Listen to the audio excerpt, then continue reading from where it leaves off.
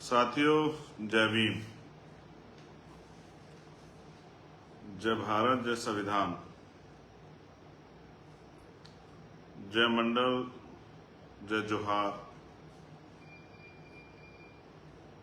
जय जवान, जय किसान, जय विज्ञान।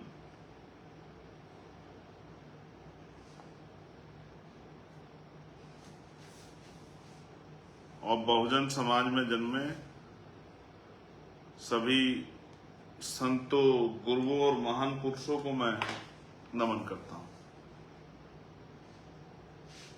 बहुत दिनों बाद मेरा ये फेसबुक लाइव है और ये फेसबुक लाइव महत्वपूर्ण है।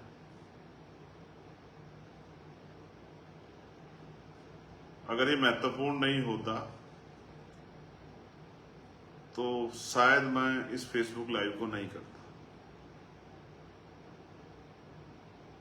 मुझे आशा उम्मीद है कि मेरे साथी इस लाइव को खुद तो सुनेंगे, लेकिन अपने परिवारों, अपने साथियों, अपने दोस्तों, रिश्तेदारों, बुद्धिजीवी वर्ग, कर्मचारी वर्ग और गांव देहात में रहने वाले आखिरी साथी तक पहुंचाएंगे।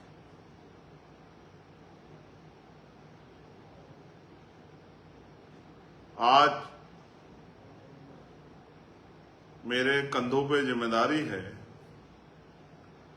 कि सरकार द्वारा कमजोर वर्गों के हितों के खिलाफ जो षड्यंत्र हो रहे हैं, मैं उन षड्यंत्रों को समझूं और उनको रोकने का काम करूं, अपने लोगों के हितों की रक्षा करूं। ये भी सत्य है कि मैं अपनी तरफ से पूरा प्रयास, पूरी कोशिश इसके लिए कर भी रहा हूं। अब जो वर्तमान की स्थिति है, आज हम लोग उस पर चर्चा करने के लिए और जो हो रहा है उसको जिस तरह मैं समझ रहा हूं उस तरह आपको समझाने के लिए आज आपके बीच उपस्थित हूं। माननीय काशीराम साहब ने कहा था, अगर मुझसे गलती हो जाए तो आप लोग गलती मत करना। हमारे बीच में जिन महान पुरुषों के लिटरेचर आज मौजूद हैं, तस्वीरें आज मौजूद हैं, उन महान पुरुषों को महान इसलिए माना गया कि उन्होंने समय समय पे सही डिसीजन लेके समाज के हितों की रक्षा की और समाज को दीर्घभ्रमित होने से बचाया, समाज को सही रास्ता दिखाया। हम वर्तमान में दलित और आदिवासी वर्ग में एक हलचल है और वो हलचल जो है इसलिए है कि उनको कुछ को ये महसूस हो रहा है कि उनको कुछ मिलने वाला और कुछ को ये महसूस हो रहा है कि उनका कुछ जाने वाला है। तो जब किसी को कुछ पाने का अवसर मिलता है, उम्मीद होती है, तो उसके अंदर भी इच्छा जागृत होती है और जिसको खोने का डर होता है उसके अंदर भी भय पैदा होता है। मैं जब अपनी बात को शुरू करूंगा तो एक नारा लगता था, जिसकी इतनी संख्या बारी उसकी उतनी हिस्सेदारी, और एक और नारा लगता था, अर्जक संघ के लोग लगाते थे,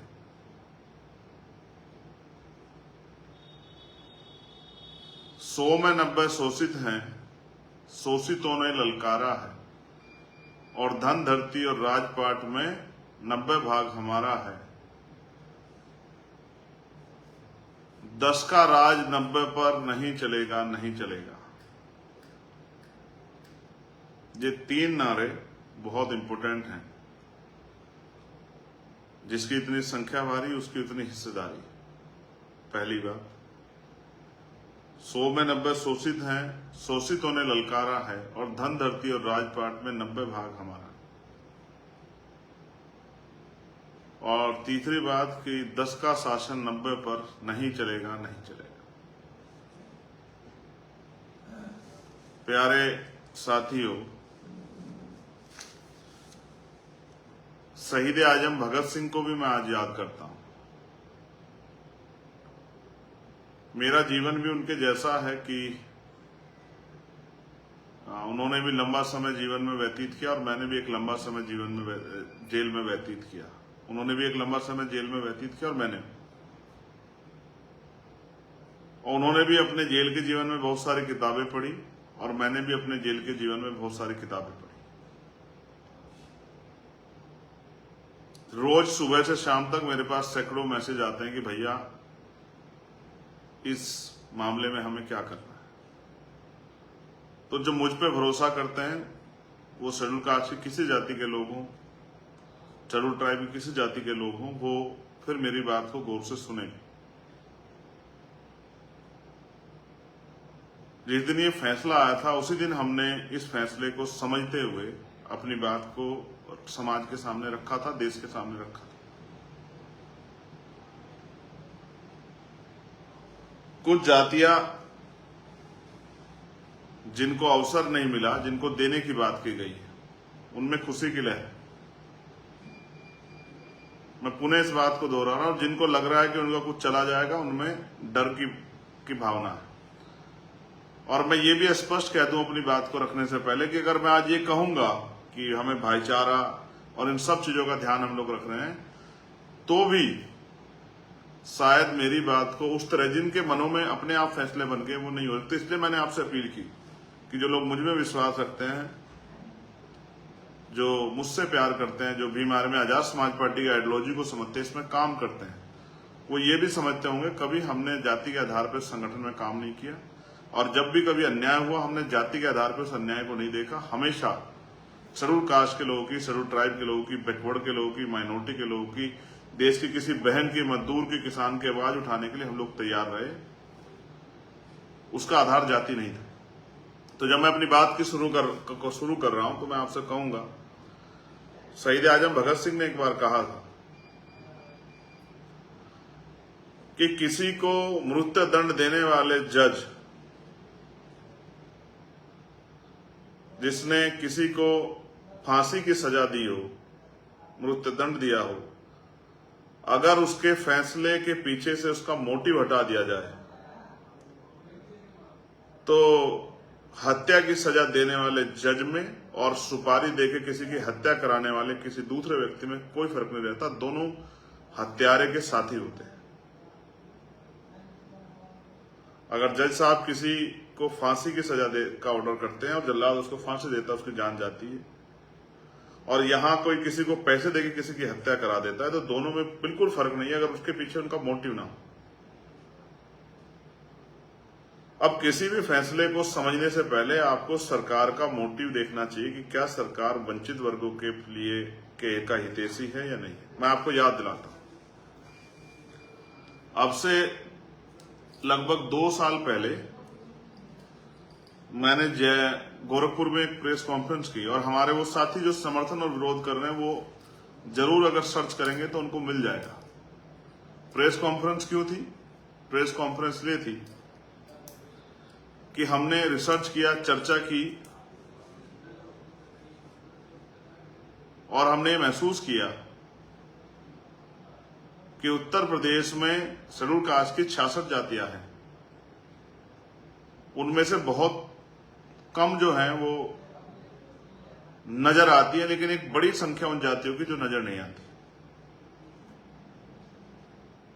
इसलिए हमने मांग की कि जब सुप्रीम कोर्ट ने EWS यानी कि इकोनॉमिक वीकर सेक्शन यानी कि आर्थिक रूप से कमजोर वर्ग के लोगों के लिए 10% आरक्षण की सरकार की व्यवस्था को सही माना, तो उनको चाहिए कि वो आरक्षण की सीमा बढ़ा दें, क्योंकि शेड्यूल कास्ट की आबादी लगातार बढ़ रही है और पिछले लंबे समय से जातिगत जनगणना भी नहीं हुई। तो वो आरक्षण की सीमा बढ़ा दें और इन जातियों को अलग से 5% आरक्षण की व्यवस्था कराएं। और अगर हमारे अपने भाइयों को 5% आरक्षण मिलेगा तो हमें इसके लिए कभी तकलीफ नहीं होगी। और मैं तो कह रहा हूं 5% ही नहीं 10% देना चाहिए जिनको अवसर नहीं मिले। दूसरा, हमने यही बात पिछड़े वर्ग के जातियों के लिए भी कही कि पिछड़े वर्ग की आबादी 52% है, और मैं आपको चरित्र बता रहा हूं सुप्रीम कोर्ट का, जिस सुप्रीम कोर्ट के ऑर्डर पे हमारे लोग जो हैं चर्चा कर रहे हैं, उसी सुप्रीम कोर्ट ने पिछड़े वर्ग के लोगों को 52% आबादी के बाद 27% रिजर्वेशन दिया। उसमें भी क्रीमी लेयर की एक सीमा लगा दी और फिर उस आरक्षण व्यवस्था को चालू किया, लेकिन आज तक भी कभी उसको मॉनिटरिंग नहीं किया। तो इसका जवाब मैं आगे आपको दूंगा कि क्या स्थिति है। तो इसलिए मैंने, क्योंकि आंकड़ों पे बहुत बात हो रही है, तो मैंने इसलिए कहा कि उन जातियों को भी, जो जातियों को अवसर नहीं मिला है, उनको भी 15%, जबकि बैठता तो 25% है, लेकिन 15% अतिरिक्त आरक्षण जो है 27% से अलग पिछड़े वर्ग की जातियों को, उन जातियों को जिनको अवसर नहीं मिला, उनको चिन्हित करके दिया जाए। ये बात मैंने उस पीसी में रखी और अपनी पार्टी के लोगों से कहा कि हम, जो हमारी पॉलिसी है वो जनता को पता होनी चाहिए। सेम, समान एजुकेशन पॉलिसी, समान शिक्षा, समान चिकित्सा, सभी को न्याय की व्यवस्था समान रूप से, जो कि आज नहीं। एक गरीब आदमी हाईकोर्ट सुप्रीम कोर्ट नहीं जाता, लाखों रुपए लगते हैं। ये व्यवस्था, इस विषय पे मैंने अपने लोगों से ये अपील की, पार्टी के लोगों से, कि वो गांव-गांव जाके इसका प्रचार करें कि होना चाहिए। ये हमारी 1.5 साल 2 साल पहले जब इस पे कोई चर्चा नहीं होती, तब ये हमारी दृढ़ संकल्प और इच्छा शक्ति थी कि ये होना चाहिए, उन लोगों को लाभ मिलना चाहिए। और अब संख्या के आधार पर आरक्षण व्यवस्था कर देनी चाहिए, जिसकी इतनी संख्या है उतना आरक्षण का लाभ उसको मिलना है, उतने लोग उनके प्रति तो उनका होना चाहिए। ये हमारा सामाजिक न्याय के प्रति हमारा दृढ़ संकल्प भी है, और हम इसके प्रति, ये महापुरुषों की बात है, इसके प्रति हम लोग जो हैं मेंटली प्रिपेयर भी। साथ साथ अभी जब आपने मुझे पार्लियामेंट में सुना, जब ये ऑर्डर भी नहीं आया था, तो मैंने एक मांग की, जो मैंने प्राइवेट मेंबर बिल लाके की, पढ़े लिखे लोगों ने सुना होगा, कि निजी क्षेत्रों में, क्योंकि सरकारी नौकरियां लगभग खत्म हो गई है, सरकारी पूरा डिपार्टमेंट प्राइवेट कर दिया है, सरकार बड़े पैमाने पे लेटरल एंट्री कर रही है, संविदा है, आउटसोर्सिंग है, ठेकेदारी है, तो बड़े पैमाने पे सरकारी नौकरियां लगभग खत्म हो गई है। तो अब समय आ गया है कि निजी क्षेत्रों में आरक्षण की व्यवस्था SC, ST, OBC के लोगों को कराई जाए। ना मैंने किसी एक जाति की बात की, ना एक धर्म की बात की, मैंने SC, ST और OBC के लोगों के लिए बात की। ये मेरा सामाजिक न्याय के प्रति मेरा दृष्टिकोण है।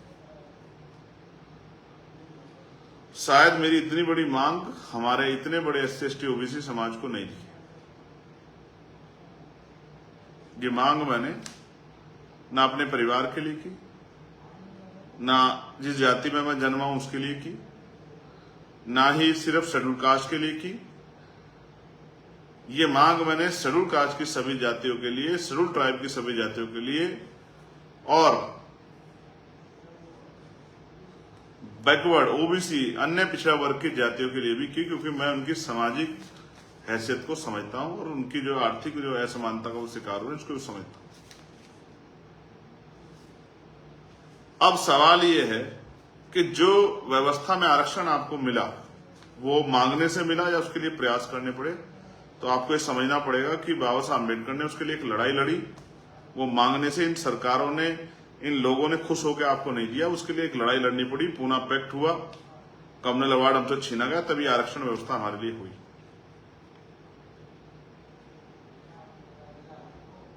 ये किसी ने दया करके आपको नहीं दिया। जुडिशरी, जिनको कहा जाता है कि वो न्यायप्रिय हैं, कभी उन्होंने जो एट्रोसिटी शेड्यूल कास्ट के लोगों पे होती है, कभी उन्होंने उसको स्वतः जो उसका संज्ञान नहीं लिया, जब तक वो बहुत बड़ा विषय नहीं होगा। और उसका उदाहरण मैं आपको बताता हूं कि जब कई मामलों में सुप्रीम कोर्ट ने सु मोटो लिया, स्वतः संज्ञान लिया, लेकिन हाथरस के मामले में जब हम लोग लगातार संघर्ष करते रहे, हाथरस के मामले में जब हमने बहुत पूरे देश में संघर्ष करा, दुनिया में जो लोग रविदास धर्म के लोग रहते हैं, मुझसे अटैच करते हैं। मैंने उनको कई जगह जो है भारतीय दूतावास पे जो है जर्मनी, कनाडा, ऑस्ट्रेलिया, ऐसी कई जो है कंट्रियों में जब मैंने उनसे कहा कि आंदोलन की अपील की कि हमारी बेटी के साथ ये, बहन के साथ ये हुआ है, तब जाके हाई कोर्ट ने सुमोटो लिया। और सुप्रीम कोर्ट के में जब आया मामला तो सुप्रीम कोर्ट ने कह दिया कि हाई कोर्ट इसको अपने आप सुनेगी। ये मैंने जुडिशरी का बताया। लेकिन सवाल ये है कि जुडिशरी में मैंने मांग की कि कॉलेजियम सिस्टम खत्म करके वहां भी SC ST OBC के लिए रिजर्वेशन की व्यवस्था कराई जाए, all India judicial service commission बनाए। वो वहां मैंने एक जाति के लिए मांग नहीं की, वहां भी मैंने SC ST OBC के लिए मांग की। और वहां तो मैंने सामान्य जाति के बच्चों के लिए भी की, क्योंकि वहां तो एक इस तरह का पिंजरा है कि उसमें कुछ ही परिवारों तक वो सीमित है, उससे नीचे नहीं जा सकते।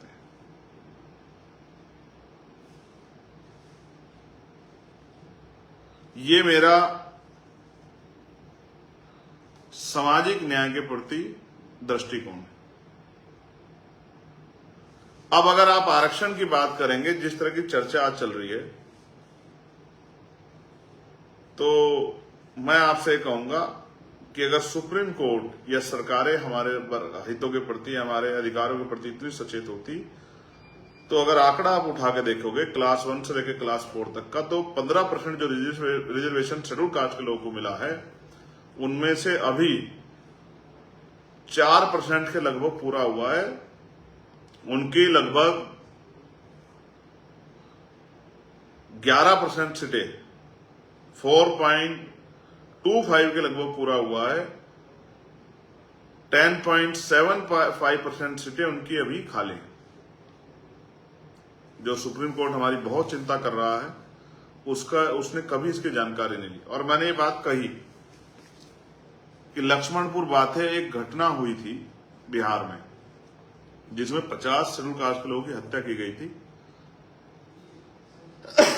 तलवार की नोक पर जो है महिलाओं के पेट चीरे गए थे।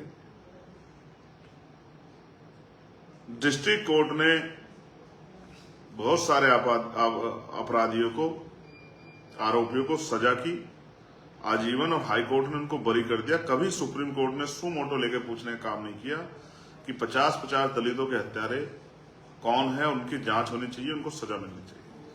और आज भी सीवर से लेके लाखों जो है महिलाओं के साथ रेप हत्याएं होती है, सीवर में जान जाती है।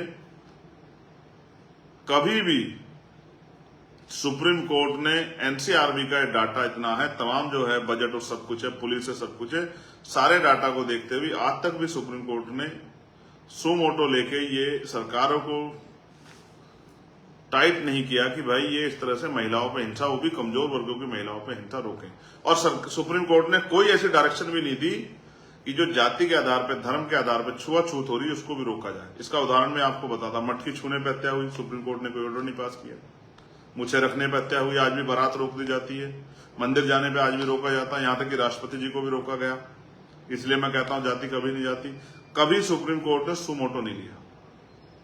इतना सुप्रीम कोर्ट आपके हितों के लिए चिंतित है। और 27% आरक्षण जो पिछड़े वर्ग को मिला है, उसमें से भी 6% पूरा हुआ है। 9% आरक्षण अभी तक उनका भी बैकलॉग आज तक पूरा नहीं हुआ। ये है स्थिति। हम इतने आगे बढ़ गए, आज हम क्रीमी लेयर की दशा में चले गए हैं। आंकड़े अगर सरकार जारी करेगी तो दूध का दूध, पानी का पानी हो जाएगा। जो अंतर विरोध आज आपस में हो गया है, वो अंतर विरोध भी लगभग काफी हद तक साफ हो जाएगा। मैं टिप्पणी नहीं करूंगा किसी पे, क्योंकि ये मेरा काम नहीं है। हम लोगों ने तो जब आंदोलन शुरू किया तो बहुजन समाज में भाईचारा पैदा करने के लिए किया, और लगातार हमने उसका प्रयास किया। और शेड्यूल कास्ट की सभी जाति को बराबर की संख्या के आधार पर जितने लोग हमसे जुड़े, उनको सम्मान भी दिया और प्रतिनिधित्व भी दिया, लीडरशिप भी उनकी तैयार की। लेकिन मैं आपको याद दिलाता हूं कि आरक्षण को समझने के लिए, आरक्षण से जो नियुक्ति निकलती है उसको समझने के लिए एक 13 पॉइंट रोस्टर का एक आंदोलन हुआ था, उसको भी समझना जरूरी है कि उसका इतने बड़े पैमाने पर इंटेलेक्चुअल्स में विरोध क्यों हुआ। 200 पॉइंट रोस्टर को खत्म करके 13 पॉइंट रोस्टर लाया गया, 13% रोस्टर। उसमें क्या था? उसका विरोध ये था कि रोस्टर में 7वीं जो है नौकरी शेड्यूल कास्ट के लिए आती है परसेंटेज के आधार पर। और फिर सरकारों ने क्या किया,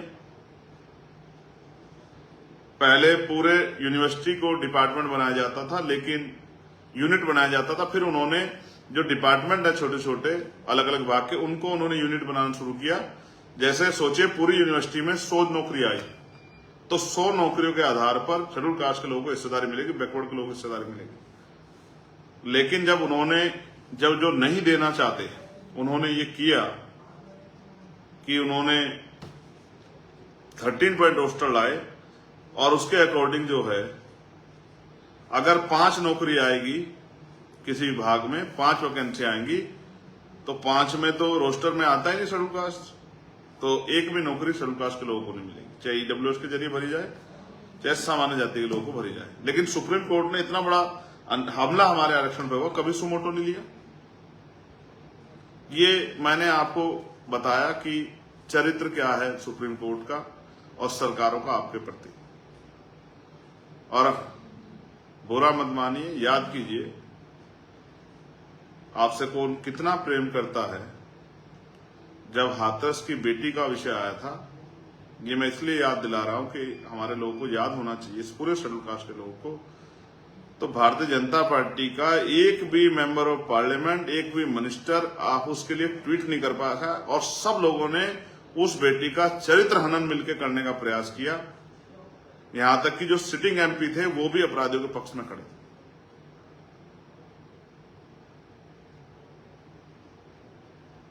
समझदार लोग मेरी बात को समझेंगे कि मैं क्या कहना चाहता हूं।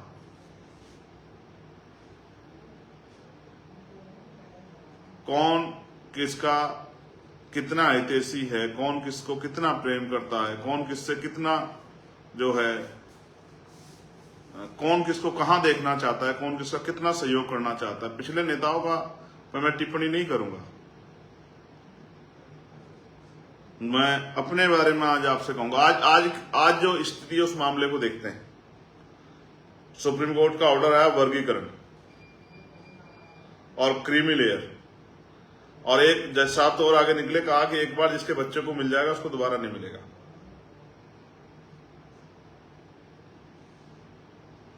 अब क्रीमी लेयर पे जब क्रीमी लेयर की बात आई, तो क्रीमी लेयर का नुकसान शेड्यूल कास्ट की सब जातियों को होता, चाहे वो सफाई कर्मचारी में नौकरी लगाओ, या वो जो एक लाइन और उन्होंने कही कि जिसको एक बार मिल गया, चाहे वो 4th क्लास की नौकरी में लगाओ या क्लास 1 की, इसका नुकसान सबको होता। तो सभी लोग इसका सामूहिक रूप से विरोध करते हैं। लेकिन वर्गीकरण के आधार पे, वर्गीकरण को जब आधार बनाया गया, तो अब क्योंकि पुराने रूप से प्रैक्टिकल हुआ है, इसके फायदे भी उस तरह से कुछ जो है हुए हैं। वो नियत के ऊपर डिपेंड करता है, पंजाब में, हरियाणा में। तो मैं इस बात को भी नजरअंदाज नहीं कर रहा हूं, मैं इस बात को भी समझता हूं, लेकिन मैं इस आंदोलन के समर्थन और विरोध पे ध्यान रख रहा हूं।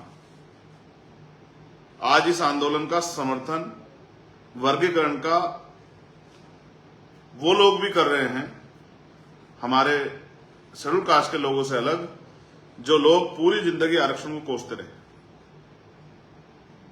जो कहते थे आरक्षण से अयोग्य लोग आते हैं, आरक्षण की वजह से ये हमारे सर पे चढ़ के बैठ गए हैं, आरक्षण की वजह से जो तमाम तरह से हर घटना पे हमें गाली देते हैं, आरक्षण की वजह से जो कोसने काम करते हैं आरक्षण को, जिन्होंने ईडब्ल्यूएस जो है 10% ले भी लिया, लेकिन वही जो है वो समर्थन कर रहे हैं। अब आप समझिए, जब आपका दुश्मन आपके अधिकारों का समर्थन करने लगे, तो आप समझिए कि क्या हो रहा है। जिन लोगों ने पूरी जिंदगी, जिनकी संतानों ने, उनके बड़ों ने, जिन्होंने कैंपेन चलाए, जिन्होंने बड़ी बड़ी सभाएं करके कहा कि आरक्षण की नसबंदी करनी चाहिए, आरक्षण खत्म कर देना चाहिए, आरक्षण आर्थिक आधार पर होना चाहिए, वही लोग जो हैं आज आरक्षण का समर्थन करके हमारे भाइयों को के बीच में जा रहे हैं, भाइयों से बात कर रहे हैं कि भाई हम आपके हितैषी हैं, आपको मिलना चाहिए। अब इसका जो मुझे नुकसान समझ आता है उसको भी समझिए मेरी भाषा में। इसके लिए सुप्रीम कोर्ट ने स्टेट को पावर दे दी कि स्टेट कर सकती है, लेकिन उसके साथ एक बीच में एक पेच भी लगा दिया कि बिना आंकड़ा जुटाए नहीं कर सकती।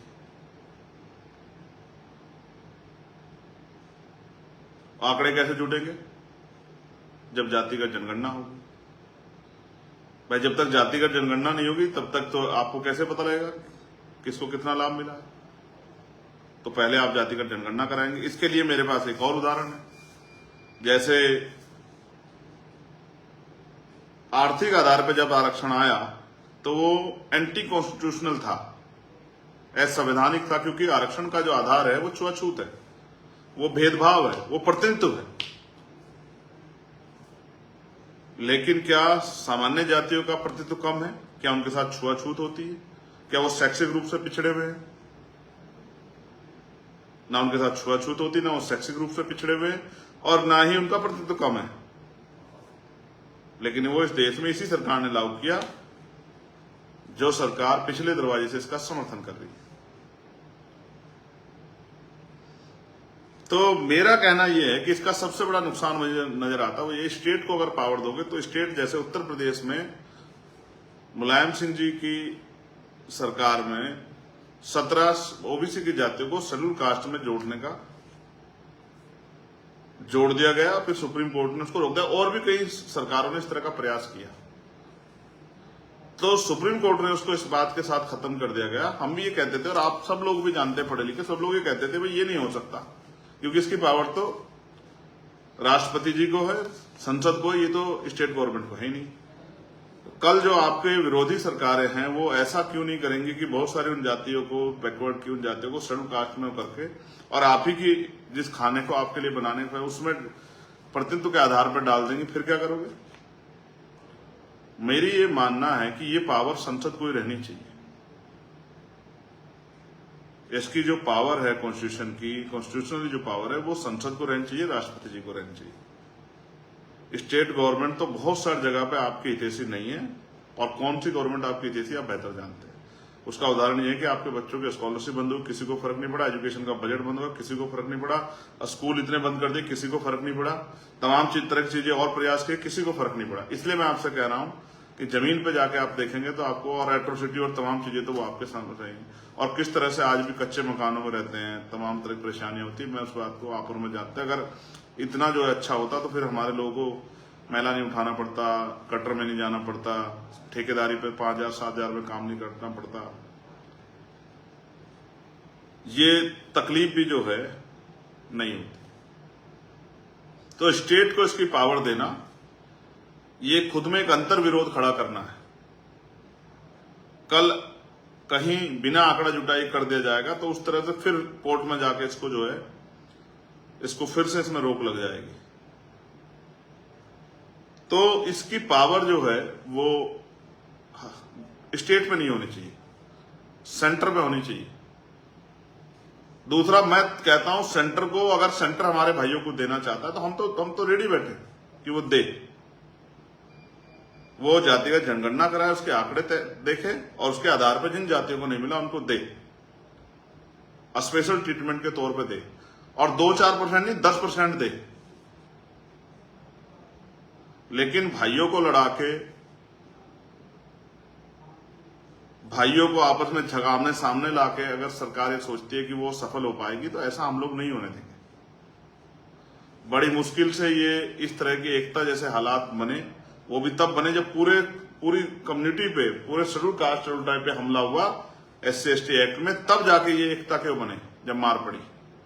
उससे पहले भी बहुत एकजुट नहीं थे, लेकिन उस दिन एहसास हुआ कि हम एक ही परिवार है। तो मैं तो कह रहा हूं अगर सरकार देना चाहती है, आंकड़े जुटाए, जातिगत जनगणना कराए, और 10% कम से कम जो है हमारे उन भाइयों को जिनको अवसर नहीं मिला उनको दे। हम तो सामाजिक न्याय के सबसे बड़े समर्थक हैं। आप जल्दी से जातिगत जनगणना, आप देखिए सरकार जातिगत जनगणना करा सकती है नहीं करा सकती है। ये आपके और मेरे सामने है। इसमें आपको पता लग जाएगा कि कौन सी पार्टी जातिगत जनगणना की थी। भाई बिना जातिगत जनगणना कराए कैसे करा दो? ये तो सुप्रीम कोर्ट ने उसमें लगाया कि जातिगत जन आंकड़े जो इकट्ठा करे और आंकड़े इकट्ठा करके फिर करे। तो मैं तो कह रहा हूं सरकार जातिगत जनगणना कराए। हम तो इस बात को मानते हैं कि जातिगत जनगणना हो, सब कुछ ओपन हो, दूध का दूध पानी का पानी हो जाए, जिसको इतना मिला सब पता लग जाए। क्या 15% पूरा हुआ आज तक, ये भी जानकारी हो जाए। तो ये जो भ्रम फैलाया गया है, तब जैसे ये कहा जा रहा है कि किन जातियों ने ज्यादा खा लिया वो कर लिया, तो मैं मानता अगर 15% उन जातियों के पास 15% पूरा मिल रहा होता और उनमें वही जातियां होती तो मैं मान लेता कि भाई वो ज्यादा खा रहे हैं। लेकिन जब पूरा ही 4% हो रहा है, 5% तक पहुंच रहा है, तो 9% उसमें जब अपने लोग जो हैं वो भरे जा रहे हैं, क्योंकि बैकलॉग तो लगातार धीरे धीरे पूरा कर रही है सरकार, ईडब्ल्यूएस और तमाम तरह के जरिए। तो इसलिए ये आधार जो है वो निरर्थक हो जाता है जब मैं इसको देखता हूं। दूसरा, अब उकसाने वाली बातें कही जा रही हैं एक दूसरे को। मैं उन पर भी टिप्पणी करूंगा जो कह रहे हैं कि भाई जो वंचित वर्ग की जातियां वो हैं कि भाई इनमें पढ़े लिखे लोग नहीं है, ये नहीं है, वो नहीं है, एजुकेशन स्वीकार नहीं किया। तो भाई एजुकेशन स्वीकार नहीं किया, आपने कितने लोगों के हाथ जाके पकड़े? कितने लोगों के लिए स्कूल खोले? कितने लोगों के लिए कॉलेज खोले? कितने लोगों के लिए कोचिंग सेंटर खोले? कितने लोगों को बराबर बिठा के पढ़ाना सिखाया कि आप वर्ग बन पाए? बाबा साहब तो आपको शेड्यूल कास्ट बना के कि आप वर्ग बन पाए? क्या आपने रोटी बेटी का रिश्ता किया?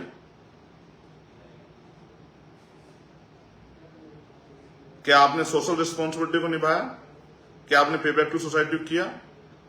इसका जवाब आप पे है। क्या आपने अपने आखिरी भाई का हाथ पकड़ा? क्या आप उनकी बस्ती में गए, उनके बीच में बैठे, उनकी परेशानी को सुना समझा, उनके साथ खड़े होने का प्रयास किया, उनकी तकलीफ को अपनी तकलीफ माना? तो जब आप इसको देखोगे तो आपको समझ आएगा हमने तो ये काम किया है। हमारी लीडरशिप ये बात जानती, लोग हमारा करैक्टर इस मामले में जानते हैं, हमारा कार्य जानते हैं, लेकिन और किसी संगठन में इतनी हिम्मत नहीं हो पाई कि वो अपनी जाति से बाहर निकल के इस काम को कर पाता। तो इसलिए मैं कह रहा हूं कि बहुत सारी साजिशें हो सकती हैं। आपको एक दूसरे भाई के आमने सामने कर दे जाए, उसमें उधर से कुछ सरकार के लोग, विरोधी लोग, अन्य संगठन लोग घुस के हम एक दूसरे के साथ खड़ के पे हमला कर दें। ऐसी स्थिति हो जाए कि एक लंबी खाई खिंच जाए, इतनी लंबी खाई खिंच जाए कि भाई भाई की शकल ना दिखे, भाई भाई को विरोधी समझ बैठे। हमें तो अवसर नहीं मिला, लेकिन जब हमें अवसर मिलेगा तो हम तो खुद करके दिखाएंगे कि किस तरह से अपने भाई को जो हासिल है उसको अपने बराबर में लेके आ जाता। हमें तो अवसर नहीं मिला है, हम तो कोशिश कर रहे हैं। हम तो कोशिश करके प्रयास कर रहे हैं कि अगर हमें मौका मिले और इसके लिए हम राजनीतिक शक्ति इकट्ठा कर रहे हैं तो हम ये करके दिखाएं। हम अपने भाइयों के बीच में बंटवारा ना करें, लेकिन जो विरोधियों ने हमारा छीन रखा अधिकार, जिस पे हमारा अधिकार बैठता है, जिस पे हमारी रिश्तेदारी बैठते हैं, हम उनसे अपने भाइयों के पास तक अधिकार पहुंचाने का काम करें, ना कि अपने भाइयों में बंदर बांट करके उनको लड़ाने का काम करें। ये काम तो विरोधियों का है, वो अपना काम कर रही है। अब बड़ा सवाल ये आया था कि अभी हरियाणा का चुनाव आज अनाउंस हो गया। मुझे एहसास था, मैंने इसलिए आज का दिन का लाइव रखा था। तो हरियाणा में अब क्या, अब आचार संहिता लग गई, अब कुछ हो नहीं सकता है। मगर आपस में एक दीवार तो खड़ी कर दी गई, वो जो एकता आपकी बनी थी उसको तोड़ने के लिए।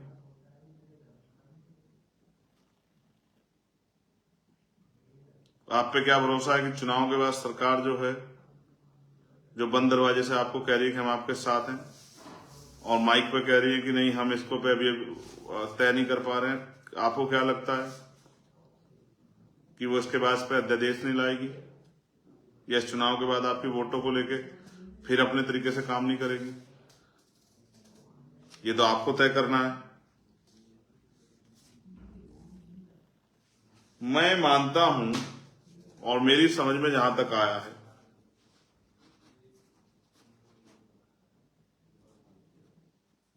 कि जब आपके आगे दाना फेंका जाए तो शिकारी आपका शिकार करना चाहता है। ना कि आपको पाल पोस के मजबूत करना चाहता है। इसलिए मैं समाज से कहूंगा, अपने शेड्यूल कास्ट शेड्यूल ट्राइब के हर भाई से, कि वो एक दूसरे पर टिप्पणी ना करें, एक दूसरे को बुरा ना कहें और अपने अपने अधिकारों के प्रति संवैधानिक मर्यादाओं में जो संघर्ष वो कर रहे हैं उसको करते रहे। दूसरा, आजाद समाज पार्टी, भीम आर्मी सरकार के षड्यंत्र को समझती है, सरकार की चालों को, साजिशों को समझती है और भविष्य में कुछ ऐसा ना हो जाए उसको भी ध्यान में रख के सचेत है। इसलिए आजाद समाज पार्टी निजी क्षेत्रों में आरक्षण की व्यवस्था की जाए और इसके लिए सरकार को झुकाने का काम, सरकार को मजबूर करने का काम किया जाए और आरक्षण की सीमा बढ़ाई जाए। जिन भाइयों तक नहीं पहुंचा उनको 10% आरक्षण की सीमा बढ़ा के 15% से अतिरिक्त 10% आरक्षण की व्यवस्था उन जातियों के लिए की जाए।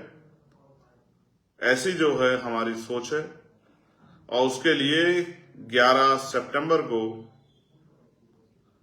हम लोग दिल्ली में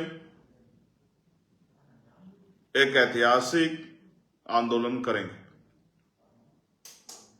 हमें भीम आर्मी आजाद समाज पार्टी की शक्ति पे समाज के बुद्धिजीवी वर्ग के, जो बुद्धिजीवी वर्ग ये सोच रहा है, मुझसे उम्मीद कर रहा है कि भाई चंद्रशेखर आजाद जो हमारा बेटा है वो हमारे अधिकारों के प्रति क्या सचेत है या नहीं है, या उसको फिक्र है या नहीं है। मैं उन सबसे भी कहना चाहता हूं कि जब तक मेरे शरीर में लहू का आखिरी कतरा है, ना तो मैं अपने भाइयों को लड़ने दूंगा और ना ही मैं इनके अधिकारों को दुश्मन की साजिशों का शिकार होने दूंगा। और जो भी आरक्षण के खिलाफ षड्यंत्र करने का काम करेगा उसको दिन में तारे दिखाने का काम हम लोग जो हैं वो करेंगे। और एक बहुत ऐतिहासिक आंदोलन हम लोग 11 सितंबर को दिल्ली में करेंगे। ये खेल बहुत हो गया कि हम लोग 15% में लड़ते रहे। हम लोग 15% में नहीं लड़ेंगे आपस में। हम लोग शेड्यूल कास्ट के लोगों के लिए 25% आरक्षण की व्यवस्था शेड्यूल कास्ट और शेड्यूल ट्राइब के लिए की जाए। इसके लिए हम लोग संघर्ष करेंगे और अपने भाइयों को भी उनका हिस्सा दिलाते रहेंगे। मैं आजाद समाज पार्टी, भीम आर्मी और अपने बहुजन समाज से, बुद्धिजीवी वर्ग से कहूंगा कि किसी भी तरह की टिप्पणी अपने भाइयों पर ना करें। कल हमारे भाइयों को जब सरकार का खेल उनकी समझ में आएगा तो उनको एहसास हो जाएगा कि सरकार उनके साथ किस तरह खेल रही थी, सरकार उनकी कितनी हितैषी है और सरकार उनसे वोट के अलावा कोई और मकसद रखती है नहीं रखती है। बहुत सारे लोगों को इतनी बार मौका मिला, फिर भी आज हम इस हालात में क्यों हैं, इसका जिम्मेदार कौन है? नौकरियां इस देश में 2% हैं, जिनमें से 1% करीब निजीकरण की भेंट चढ़ गई हैं।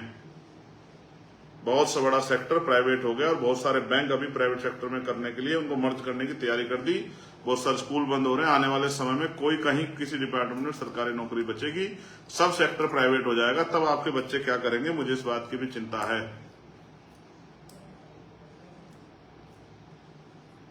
मुझे चिंता है, क्या आप पूरी जिंदगी जब तक जीवन रहेगा आपका, क्या आप गरीबी, बेबसी, जुल्म, जातिगत भेदभाव, अन्य अत्याचार से ही लड़ते रहेंगे या इस देश में अपनी हिस्सेदारी को भी आगे बढ़ाएंगे?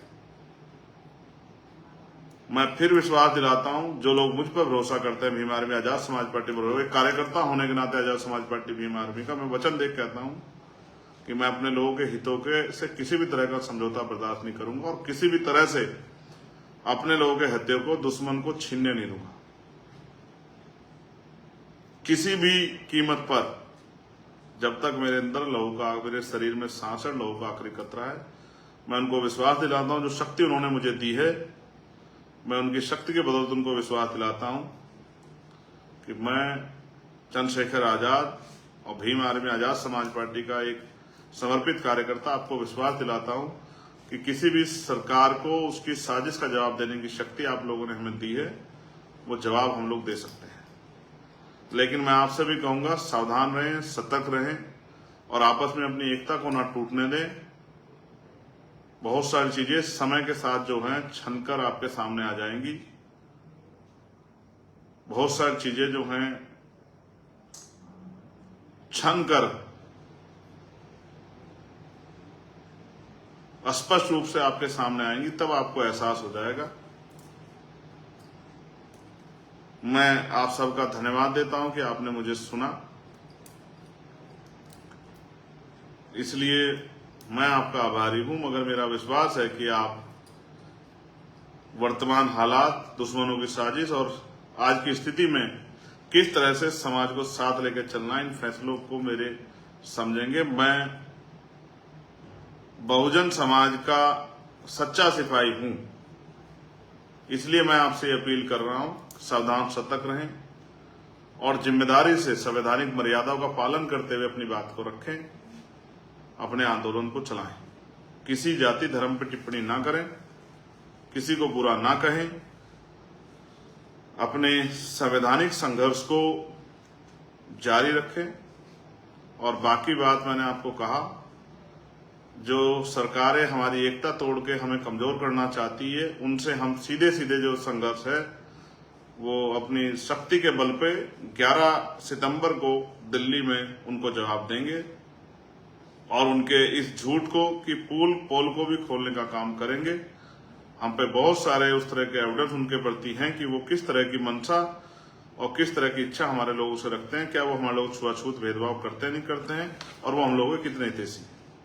उन्हें आप सभी का धन्यवाद। लेकिन मैं समाज से अपील करूंगा कि वो निराश ना हो, कमजोर ना पड़े, मन में कोई परेशानी ना रखें।